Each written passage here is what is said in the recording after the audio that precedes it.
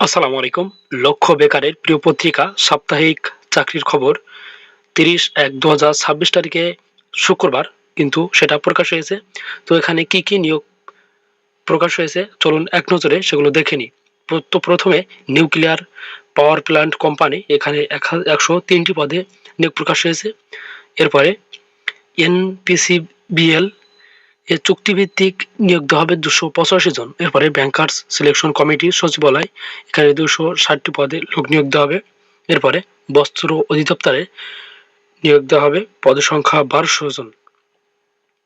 তো এরপরে মংলা বন্দর কর্তৃপক্ষ এখানে ৩৯ জন।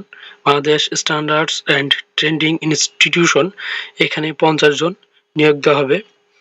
এরপরে চিফ প্রসিকিউটর কার্যালয় এখানে ১৩টি পদে নিয়োগ দেওয়া হবে। এনজিও বিষয় ব্যুরো এখানে ৯ জন নিয়োগ দেওয়া হবে। এরপরে গেবজা পাবলিক স্কুল অ্যান্ড কলেজ এখানে ১৫ জন। বাংলাদেশ বিমান এয়ারলাইন্স এখানে ৪০ জন নিয়োগ দেওয়া হবে। এরপরে মাওলানা ভাসানী বিজ্ঞান ও প্রযুক্তি বিশ্ববিদ্যালয় এখানে ৮ জন এবং নর্থ ওয়েস্ট পাওয়ার জেনারেশন কোম্পানি এখানে কিন্তু ৬টি পদে নিয়োগ দেওয়া হবে এবং বেগম রোকেয়া বিশ্ববিদ্যালয় রংপুর এখানেও কিন্তু ১৯টি পদে নিয়োগ দেওয়া হবে। তো এরপরে কিন্তু নিউক্লিয়ার পাওয়ার প্ল্যান্ট কোম্পানি এখানেও কিন্তু ১১৩ জন নিয়োগ দেওয়া হবে। এরপর প্রতিরক্ষা মন্ত্রণালয়ে ১৫ জন নিয়োগ দেওয়া হবে। এরপরে জেলা প্রশাসকের কার্যালয় মৌলভীবাজার এখানেও ১৮ জন নিয়োগ দেওয়া হবে।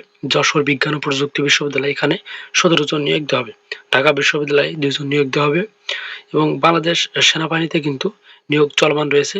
বেগম রোকেয়া বিশ্ববিদ্যালয়ে ৯ জন। তো এই ছিল আজকের ভিডিও।